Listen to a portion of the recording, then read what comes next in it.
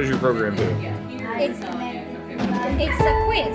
Your question is what is 5 times 9? So what's the answer? 45. And it's correct. Now can we see your program? How did you do this? Show us your program. First, it says question 1, and then it shows a question. Yeah. If the answer is 5 times 9, it shows you are correct. Or it shows if it's not 45, it shows that you are incorrect. So you used an if and an else to do that? Yep. Pretty cool.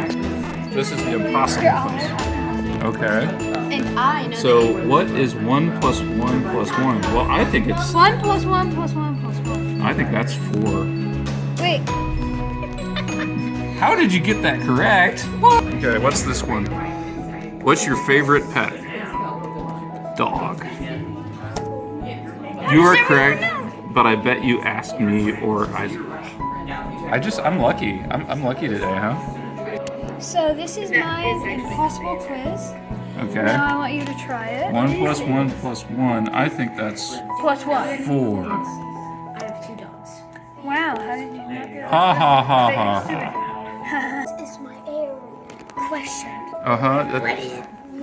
What is? Yes. Okay. It's yes or no. What Okay. should you think? I think no.